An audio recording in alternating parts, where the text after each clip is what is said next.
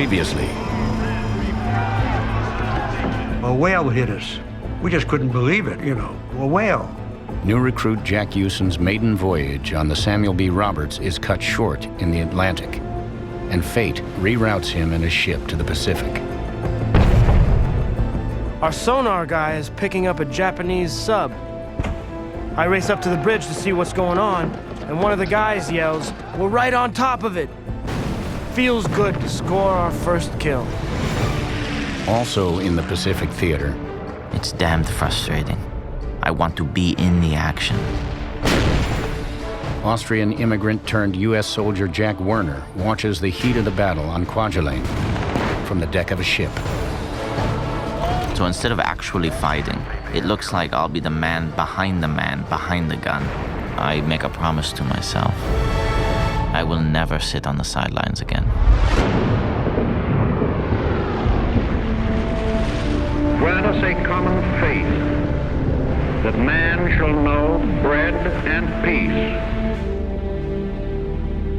that he shall know justice and righteousness, freedom and security, an equal opportunity and an equal chance to do his best, not only in our own lands, but throughout the world.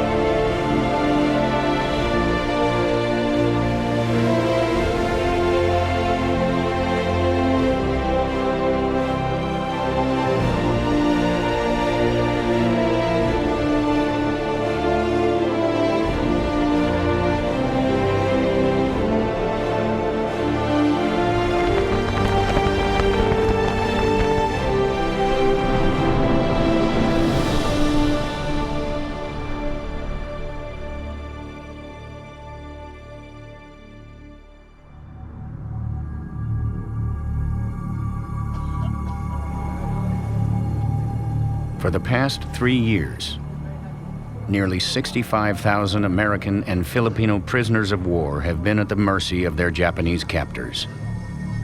They've been starved and tortured, and they're barely surviving.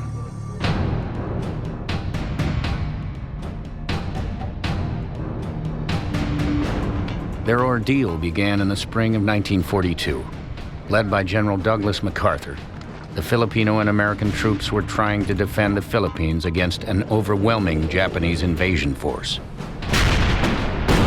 But with the fall of the islands inevitable, President Franklin Roosevelt ordered MacArthur to personally withdraw and abandon his remaining men. What happened next was an atrocity only made public many months later, after 2 American officers pulled off a daring escape. Known as the Bataan Death March, the Japanese forcibly marched 75,000 prisoners 65 miles to an internment camp known as Camp O'Donnell. Along the way, they brutalized them, subjecting them to unspeakable acts of violence. An estimated 10,000 died during the march. Now, in the fall of 1944, General MacArthur and the American military are ready to return to the Philippines to liberate the islands and rescue the survivors of the Bataan Death March. We find out through our officers that we're forming up to attack the Philippine Islands. We're gonna be part of helping to liberate those islands and free those guys. 18-year-old sailor Jack Huson and his destroyer escort, USS Samuel B. Roberts, are sailing with the U.S. 7th Fleet, part of an American armada of more than 600 ships steaming toward the Philippine Islands. We're taking 250,000 troops. Our convoy is 20 miles wide, 35 miles long. Every kind of ship imaginable, and a few I couldn't have pictured even in my wildest dreams. Huson and his ship are going to take part in the first crucial hurdle in the Philippine campaign, recapturing the island of Leyte. Located on the outer eastern edge of the central Philippine archipelago, Leyte will provide the U.S. military with an important staging area to support the eventual invasion of Luzon and the liberation of the Philippine capital at Manila. It's our job to keep any Japs from sneaking through and attacking our landing forces. If we don't do our job, men ashore will die. As Yusen and his ship take up defensive positions off the island of Samar, 100 miles to the southwest, the U.S. 6th Army approaches Leyte's beaches. As we head in, I can feel the tension rising. Just thinking that we are to be some of the first men to hit the beach.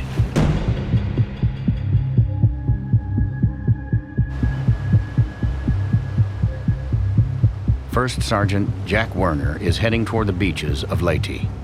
Although Werner saw action last year on Attu and later on Kwajalein, this is his first amphibious landing on a beach under fire. As soon as the ramp comes down, we sprint across the water.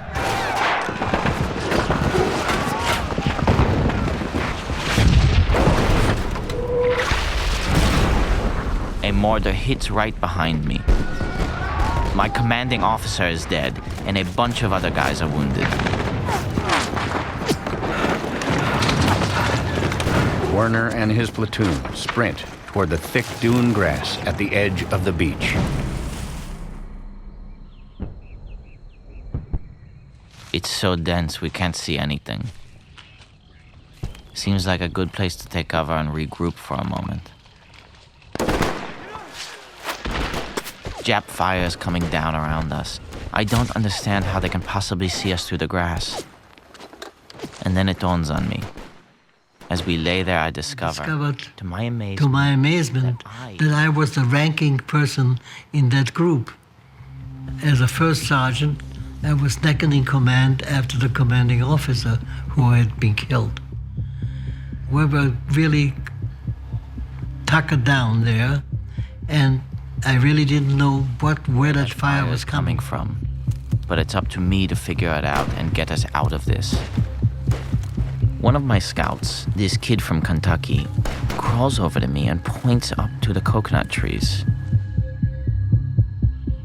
I can hardly believe it. Japanese snipers have tied themselves to the trees so they can pick us off with a perfect line of sight. I motion to everyone, ordering them to lay down a covering fire while the kid from Kentucky crawls into position.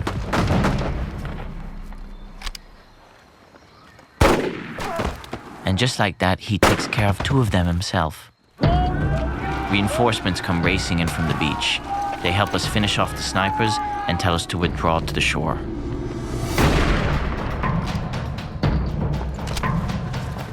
I was only in command for an hour, but I feel I did reasonably well. At least I didn't get anybody killed.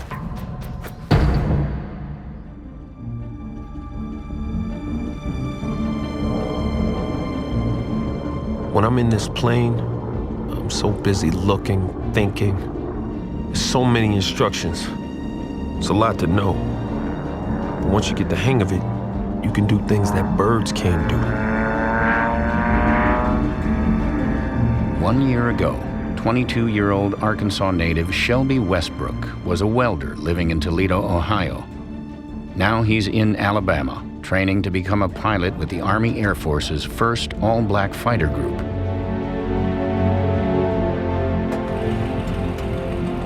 Known as the Tuskegee Airmen, the soldiers train at a segregated campus. They are commanded by white and Puerto Rican officers. We may have separate facilities, but it's a good feeling knowing that we're doing what a lot of folks said we couldn't. I could have gone into the infantry, but when the draft board started sending me letters, I made an application for the Air Corps. First, they were only accepting college graduates for flight training. And then they ran out of college graduates, so then they started recruiting those with 2 years college. And when they ran out of the 2-year college folks, they came up with a written test if you could pass the test, then you could qualify for the program. So that's how I came. Because I had no college training. And now I'm a commissioned pilot in the 332nd Fighter Group. Westbrook and the Tuskegee Airmen are filmed in color in stateside films like this one. Produced by the military, this film was intended to publicize the inclusion of African Americans in the Army Air Forces. After their training, the fighter group's overseas combat action is shot in black and white.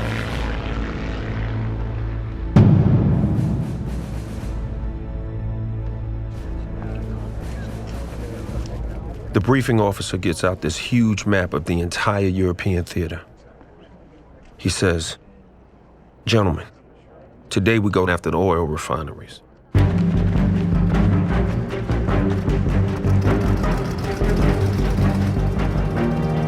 We all look around. Everyone knows this won't be a milk run.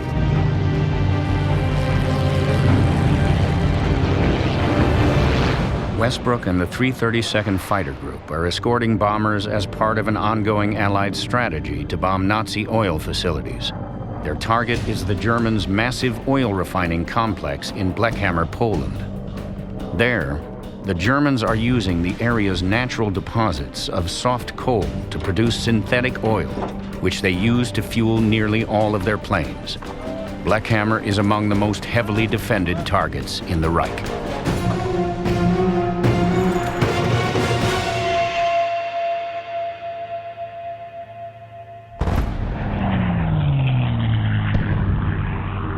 The amount of flak is unbelievable. There's so much anti-aircraft fire and smoke screens, it's hard to see anything.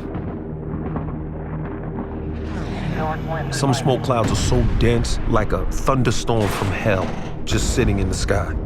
Our bombers are completely disappearing in them. As the B-17s finish their drop and begin to turn back, German fighters close in. There's no time to feel, only time to react. Our big bombers are like sitting ducks, so it is up to us to protect them. It's time to do our job. To protect the bombers, Westbrook and the other pilots are drawn into tense air-to-air combat with German fighters, running dogfights that drag the American pilots from 20,000 feet to below 5,000.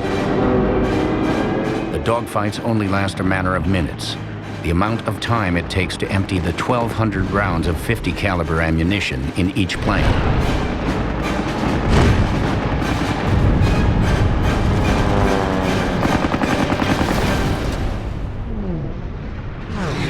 After 8 hours in the air, Westbrook and the rest of the Tuskegee squadron are finally back in friendly skies. Once the bombers land, the fighters peel off and head back to their own small airstrip at Ramitelli, completely separated from the white pilots.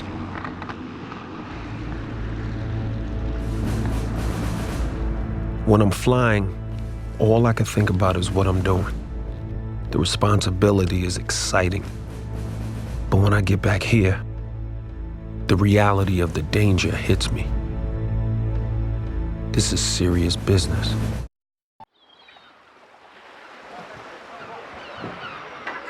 We're on the beach and resting when a single landing craft appears.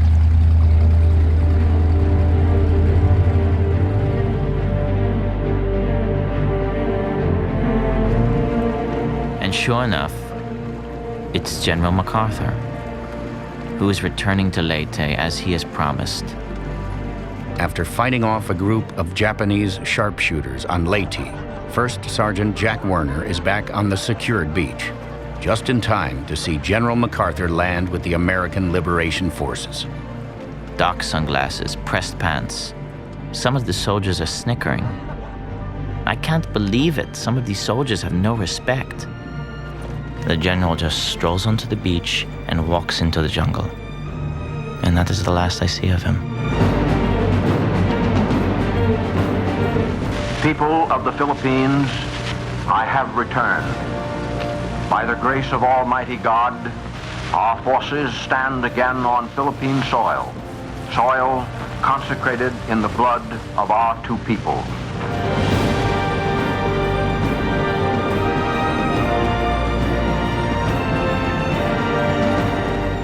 We have come dedicated and committed to the task of destroying every vestige of enemy control over your people. The hour of your redemption is here.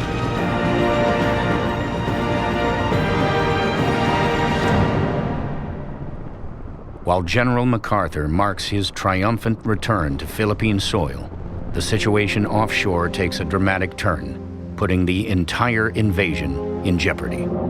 The Navy's lightly armored transport ships are moored just off Leyte's beaches, carrying supplies and reinforcements for the troops already ashore.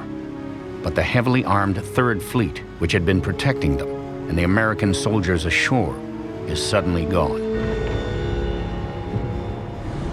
After receiving word that the Japanese Imperial Navy's last 4 carriers are to the north, the Third Fleet has moved off in pursuit.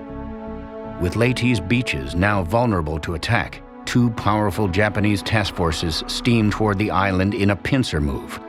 The first approaches from the south, where it is stopped by a line of American battleships. But the second, a heavily armed force of battleships, cruisers, and destroyers, approaches from the north. Their mission is to destroy the American transport force and halt the liberation of the Philippines. The only thing standing in their way is a handful of small, outgunned American vessels, including Jack Huson's ship, the Samuel B. Roberts.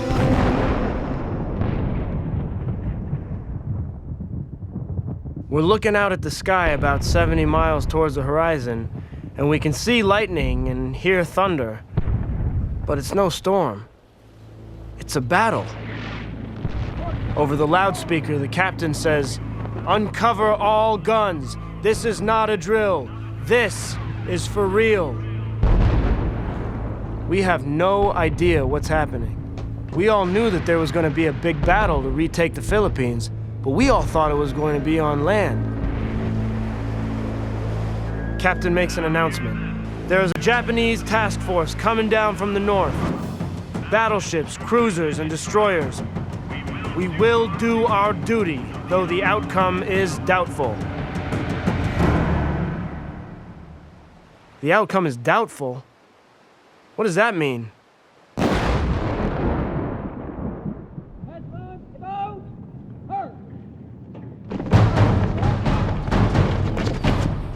All I want is to do my job and make my family proud.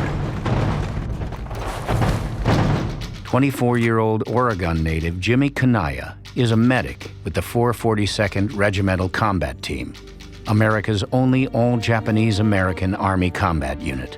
The son of Japanese immigrants, Kanaya enlisted in the Army before the December 7, 1941 attack on Pearl Harbor. After Pearl Harbor, I felt kind of helpless that I look like, I looked like the enemy, so to speak, and that I had no control over it. It was a very helpless feeling, like you can't win. But we had to grin and bear it and make sure that you're not going to be affected by it. I had to be by myself. I had to be who I am and fight for my rights if I could. Only 2 months after Pearl Harbor, the U.S. government began setting up government-run relocation centers. Over 120,000 Japanese nationals and Japanese Americans were relocated to these internment camps. All were pulled from their homes and jobs without due process of law and identified as potential threats to national security. Kanaya's family was no exception. Right before he ships off to war, he visits them at their new home, an internment camp in Minidoka, Idaho. it gives me an uneasy feeling, like being in a prison camp. It's full of hastily built, constructed tar paper shacks, and there are very minimal amenities. Seeing that gives me more of a reason to want to prove to our country that we're just as loyal as the average citizen. It gives me more of a reason to want to fight. While some Army divisions fighting in Europe are filmed in color, the overseas combat action of Kanaya's 442nd Regimental Combat Team is filmed in black and white.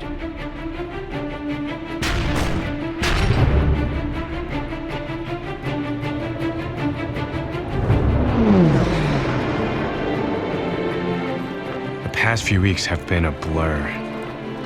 Crossing the Mediterranean, jumping on trucks in Marseille, sleeping on the side of the road. It would actually be kind of nice to be in a foxhole again.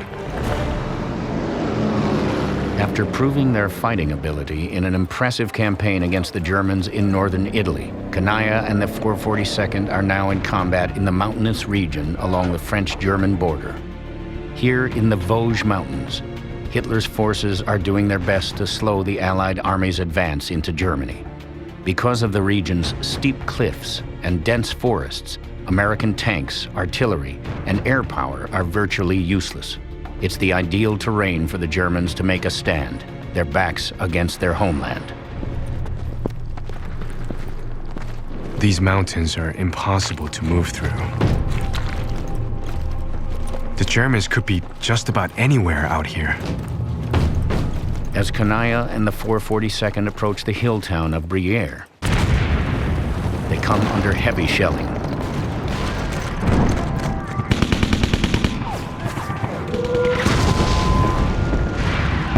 After 3 days of vicious fighting, Briere falls to the men of the 442nd. But they get no time to rest. The colonel says that another battalion is trapped on the other side of the mountain from us, and they've got a lot of wounded who need to be evacuated. So I grabbed 3 other medics, and we set out. The path is treacherous and thick with trees. It makes me a bit nervous. This kind of terrain makes it easy for the Germans to hide. After struggling over the mountainous trails through no man's land, Kanaya and the 3 medics arrive in Bifontaine. There, they find more than a dozen wounded men, 7 of them on stretchers. There's no way we can transport all these men back ourselves. So the battalion commander assigns us 35 German prisoners to use as litter bearers. I don't like this one bit. You can't mix weapons with the Red Cross flag. It's a violation of the Geneva Convention. But being a medic that takes orders from infantry, I have no control over the decision made by a superior officer. When we set out, I tell my medics, hang way back. Because if the Germans stop us along the way, there could be a firefight.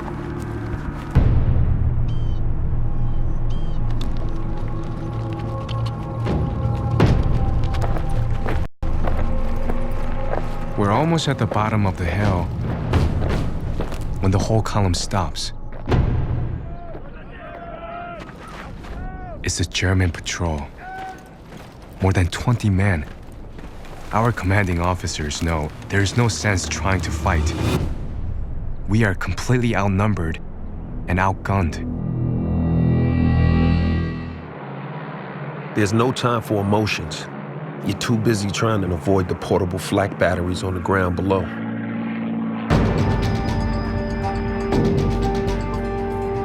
"22-year-old Tuskegee Airman Shelby Westbrook is flying his 31st mission with the 332nd Fighter Group.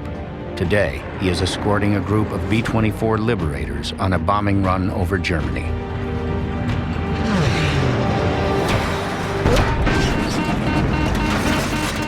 I'm hit. Somewhere in the coolant system. Squadron leader tells me to peel off and head back to base. Pilot closest to me forms up to escort me home, but I'm starting to lose altitude. I'm coming down out of the clouds. There are mountains in front of me.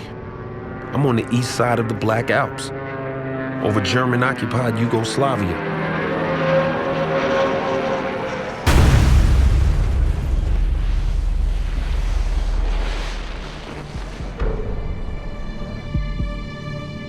We have 2 aircraft down, but that's the least of our problems. Now, We have to find a way to get out of here with our lives. We're looking to find out where we are when we see guys in German uniforms with rifles at the ready. So we stopped, and we both had sidearms of 45 automatics. But hey, they already had theirs aimed at you. Then all of a sudden, both the guys took their guns and put them on their shoulder. And we looked, and there was a little red star on their cap. So they were Tito partisans. Westbrook and his wingman have been rescued by a Yugoslavian resistance group known as Tito's Partisans. To help him throw the Germans out of his homeland, Communist Party leader Joseph Broz Tito struck a deal with the Allies. In exchange for weapons and ammunition, he and his 200,000 resistance fighters have promised to protect and return downed Allied pilots, helping them through German-held territory. We sleep by day and march in the middle of the night when there's no moon. This is a new kind of danger.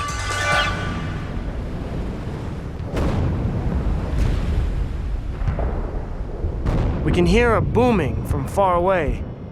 We all know we're outgunned. Jack Hewson and the Samuel B. Roberts are off Samar Island, positioned to the north of Leyte Island. Their original mission was to patrol for subs and rescue downed pilots. But now they have just learned that a powerful Japanese task force is quickly bearing down on them. The odds are stacked against us, but this is what we came here to do. And we're all determined we'll do our duty.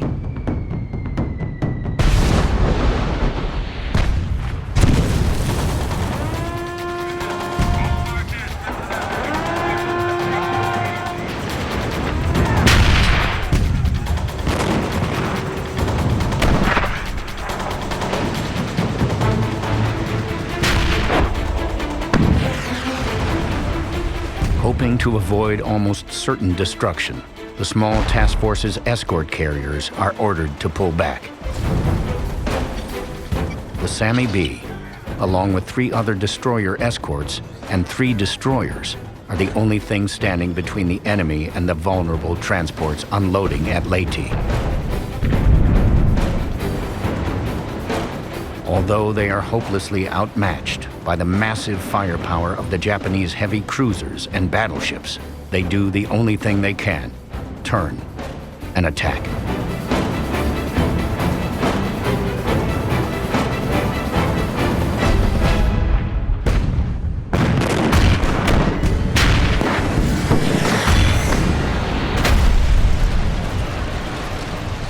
Something hits the port side stern. Then somebody yells out that our boys back there all got disintegrated.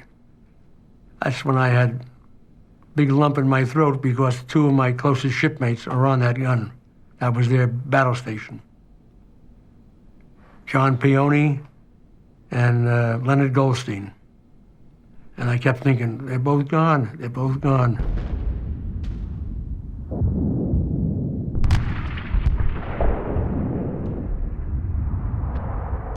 And that's when I knew this is a fight to the finish. We're going to be in this until either we beat them or they're going to beat us. And that's the way we fought for the next hour. The Sammy B manages to land a few hits on the Japanese cruisers before suffering another direct hit.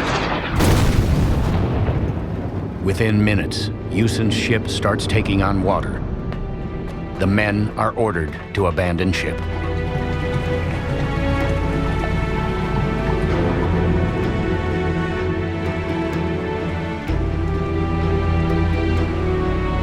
I make it to the raft, and I glance back at the ship. And there she goes. The Samuel B. Roberts. We're all crying like babies.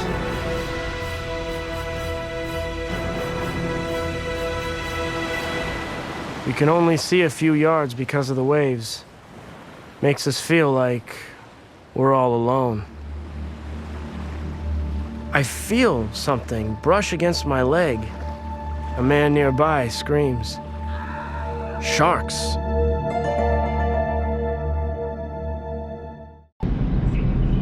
I look at the German prisoners we have with us. Our only option is to surrender. Now we're the prisoners, and they are our captors.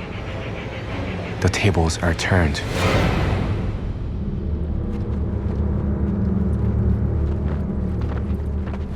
Only moments ago, Japanese-American medic Jimmy Kanaya was transporting wounded GIs through the Vosges Mountains. Now, he is in the hands of a German patrol, being forcibly marched deep into enemy territory as a prisoner of war. I feel worse than helpless. I'm completely at the mercy of my captors. These frontline German troops seem especially agitated. One steals my watch while another frisks me for money. I'm thinking about trying to escape. But what would happen to my other medics and to the wounded guys if I did get away? The guards might take their anger out on them. No, I can't let that happen. No matter what, I have to stand fast.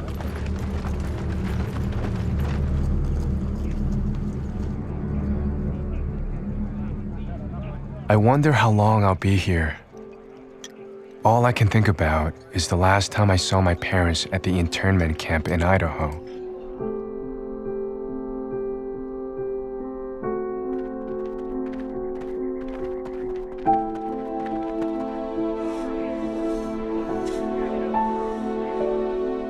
It's kind of ironic that here I am. Here I was fighting for our country, and I'm in enemy territory and behind barbed wires, and my parents and brother and sister were in a friendly country behind barbed wires. And how do you answer that?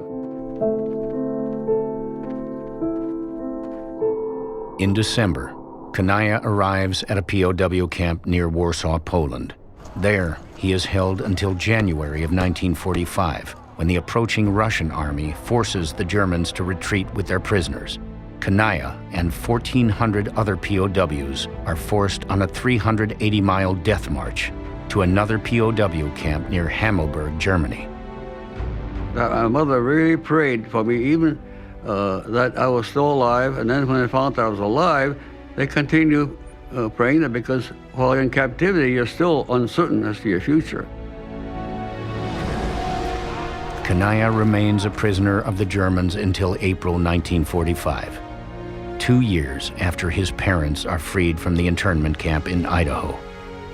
When he is finally liberated, Kanaya is close to starvation. But unlike many he is imprisoned with, he survived.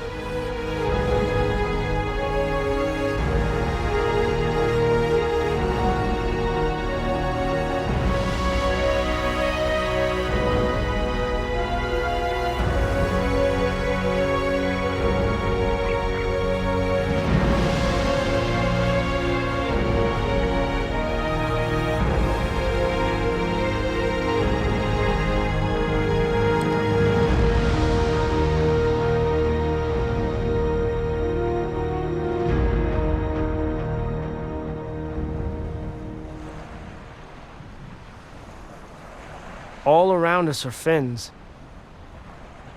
When the fins drop, we all start clinging to the raft a little harder. 18-year-old Jack Hewson and his shipmates from the Samuel B. Roberts are adrift in the Philippine Sea. Hours earlier, their ship was sunk while trying to fight off a Japanese task force. Now, Hewson and his shipmates are at the mercy of the elements. I was sleeping, dozing outside the net, when I heard something pushing me on my thigh under the water. And I looked down, and there was a tiger shark pressing my leg. I said, "Oh my God, big one." Oh, I says, "God, get him away. Get him away from me, please. I'll go home. I want to be a good guy. I'm not going to fight with my brother again. I'll find me a nice girl, get married. I'll have a good family." please get me out of this. I looked down, he was gone. A few seconds later, 2 men down from me, the shark took his right leg right off. And we had to cut him loose. And we pushed him away. Because we had nothing for him, no morphine, no bandages, no nothing. When we pushed our shipmate away, the sharks went to him, gave us a reprieve. All around me, guys are giving up. No food, no water, no hope. Sleeping days and marching nights is taking its toll. We have to be careful. The Germans could be anywhere.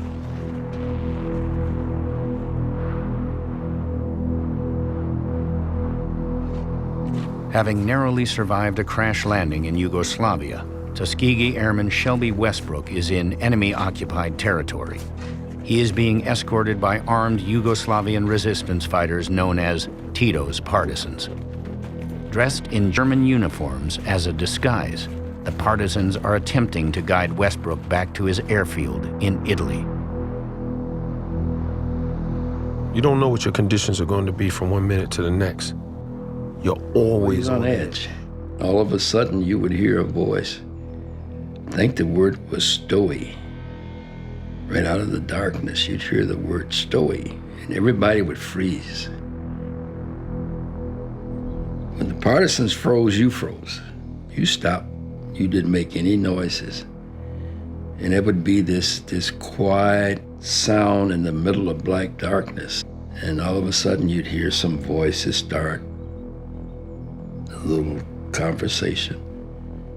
And a couple of minutes later, you start moving. You start moving again. It's strange to feel so helpless. But all I can do is trust these guys and stay ready for whatever comes next. For the next 4 weeks, Shelby Westbrook hides behind enemy lines. With the help of the partisans, he eventually reaches the port of Zara on Yugoslavia's Adriatic coast. There he meets British commandos who transport him back to his squadron in Italy. Westbrook goes on to fly another 29 missions before his tour of overseas duty is over. And when I got back to the tent, I started teasing the other guys and say, hey, I'll see you guys later. I'm on my way home.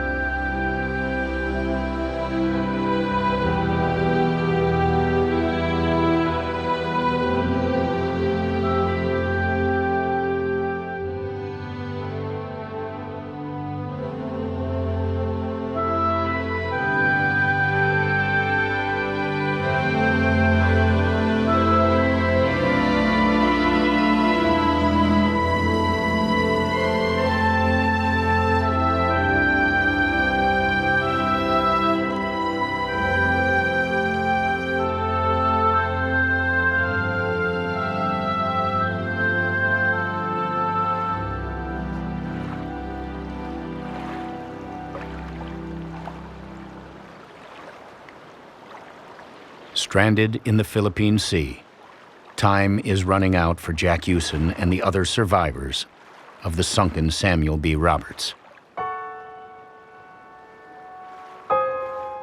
Although it is possible to survive up to 5 weeks without food, most people can only last 3 to 5 days without water. Guys are drinking so much salt water, they're starting to hallucinate.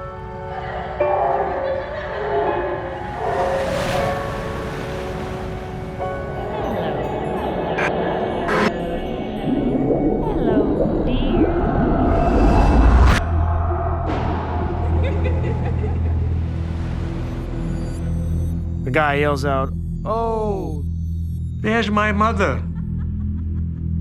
On the back porch, I'm gonna go see her. Come on, hi, Mom." He starts swimming away. One of the boys went after him. When he got near him, the guy that was swimming away pulled out his knife. He was gonna kill the guy who's going to bring him back to the raft. He said, I'm going to see my mother. Get away from me. We never saw him again. He went to see his mother on the back porch.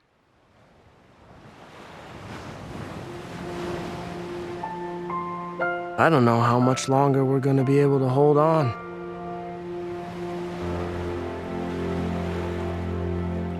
Way off in the distance, I see a patrol ship. It gets closer and we see the American flag on its stack. Oh man, we start going, yelling. Hey, man. Guy's waking up and he circles us and we're yelling at him. And the captain of that little ship, he came out on the port wing of the bridge with a megaphone. Who are you? We all yelled out, Samuel B. Roberts, DE 413. And he still circles. Now we're getting pissed off and we start cursing at him. Every curse word you can ever think of. And he comes around again and he says, who won the World Series? We all yelled out, St. Louis Cardinals. You can hear the bells, boom, boom, stop, stop. Life lines coming out.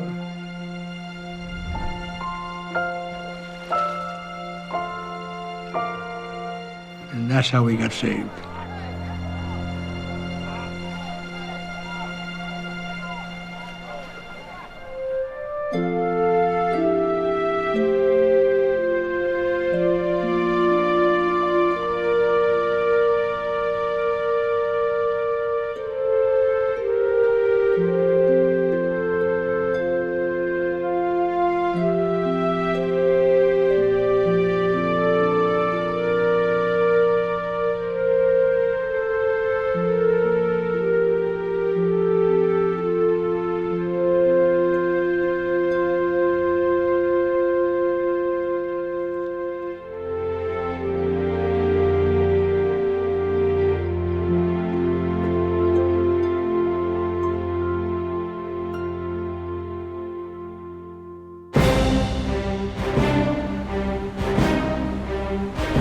Hewson's task force lost 4 ships and 850 men, including 90 sailors from the USS Samuel B. Roberts.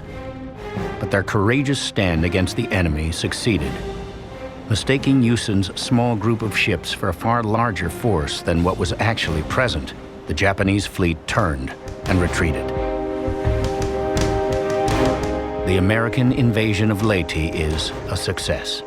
3 months later, American forces invade the main island of Luzon. They liberate the island and the remaining POWs.